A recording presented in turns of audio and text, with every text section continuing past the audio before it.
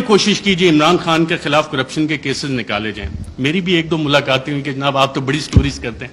میں نے کہا یار ایک شخص, اور یہ عمران خان صاحب بیٹھے ہیں, شاید آپ میں سے بہت سے لوگوں کو نہ پتا ہو, پی ایم آفس میں ہمارے بھی ذرائع ہوتے ہیں, اکثر پوری کابینہ پریشان ہوتی تھی کہ جناب بات ہم نے کی ہے, کہاں سے پتہ لگ گئی.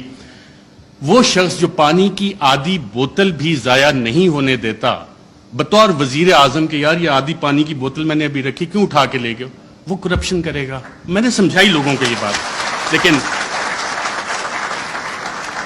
پلے بک کیونکہ وہی پرانی تھی, کیا کرپشن کے کیسز نکالو, ڈسکریڈٹ کرنا ہے, کرپشن تھوپنی ہے. مسٹر اے بی سی کا فلانا دوست ہے, اس سے نکال کے لاؤ, کچھ نہیں. آج 2.25 مہینے ہو گئے, کوئی کرپشن نہ نکلے گا. عمران خان کا کرپشن کا کیس نہیں نکل سکتا, نہ نکلے گا. میں نے بتائی کہ نہیں آپ کچھ کوشش, میں کہا میں یہ کوشش نہیں کر سکتا کیونکہ مجھے یہ پتا ہے کہ عمران خان کی کرپشن نہیں نکلنی. اچھا, media narratives against P T I. French revolution جب آیا تھا تو اس وقت ایک تھاٹ تھا کنگ لوئی کا, میں ریاست ہوں, میں بادشاہ ہوں, میں قانون ہوں. اور یہی چیز ہم نے دیکھی کہ جب میڈیا نیریٹوز پی ٹی آئی کے خلاف بن رہے تھے, ابھی حال ہی میں آپ اگر آئی ایم دا کنگ کا دیکھ لیں, the king can do no wrong. King ہمیشہ, جو بادشاہ ہے وہ ہمیشہ اچھی چیزیں ہی کرتا ہے. فیٹے پہ پوری حکومت نے کام کیا, ہماد اظہر بھی ادھر ہیں, لیکن پی ٹی آئی نے کام نہیں کیا, بادشاہ نے سب سے اچھا کام کیا. آئی ایم دا لا, قانون میں ہی ہوں. پولیٹیکلی آئسولیٹ کرو پی ٹی آئی کو. آج پی ٹی آئی واقعی پولیٹیکلی آئسولیٹڈ ہے. کون سی سیاسی جماعت ہے جو پی ٹی آئی کے ساتھ اتحاد میں کھڑی ہے؟ سب ایک طرف ہو گئے, لیکن ایک سٹرینتھ گین ہوئی اس میں. پاکستان کی عوام بغیر کسی کال کے نکل آئے, اور شاید جو وزیر اعظم عمران خان کا آخری دن تھا وزیر اعظم ہاؤس میں, اس وقت جو لوگ نکلے اور جنہوں نے رپورٹ کیا, آئی تھنک عمران ریاض تھے, باقی ہم لوگ بھی تھے, ان سب نے ایک بات نوٹ کی.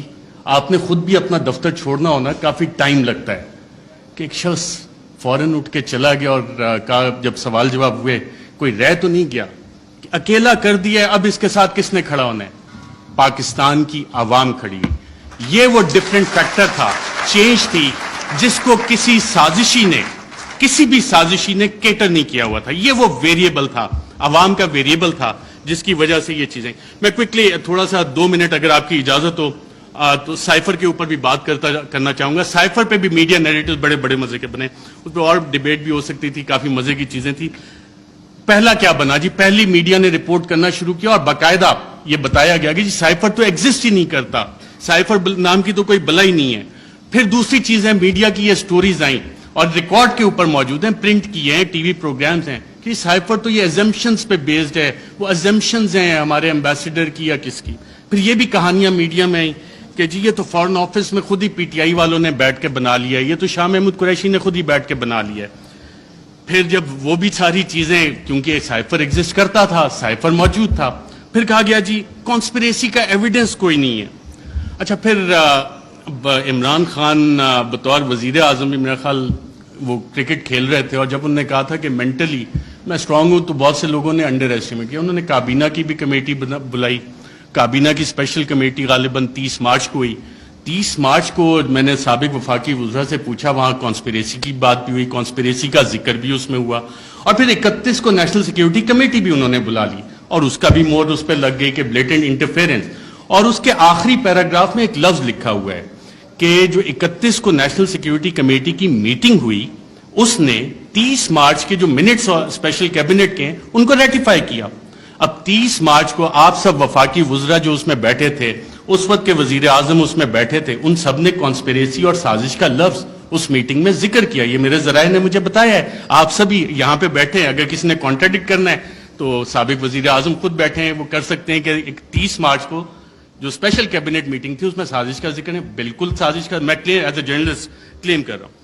پھر یہ کہا گیا کہ جی وہ انٹیلیجنس ہم نے خود ہی کر لی, اور انٹیلیجنس کی بیسس پہ آبویسلی اس پہ سوال اٹھے کہ انٹیلیجنس, ہمارے انٹیلیجنس کے ادارے بہت اچھا کام کرتے ہیں, دہشت گردی کے خلاف بہت اچھا کرتے ہیں, پاکستان کی سیکیورٹی کے لیے بہت اچھا کام کرتے ہیں. لیکن مسئلہ یہاں پہ آتا ہے کہ جب انہیں ڈریگ کیا جائے سیاسی معاملات میں, اور یہ کہا جائے کہ جی انویسٹیگیشنز ہوئیں, کون سی انویسٹیگیشنز, یہ سوال ہوئے. اب ریجیم چینج میں انٹیلیجنس کا ایک بنیادی کردار ہوتا ہے, انٹیلیجنس انفارمیشن کا بنیادی کردار ہوتا ہے. اگر آپ اگلی سلائڈ کریں ذرا, Colin Powell, US secretary of state,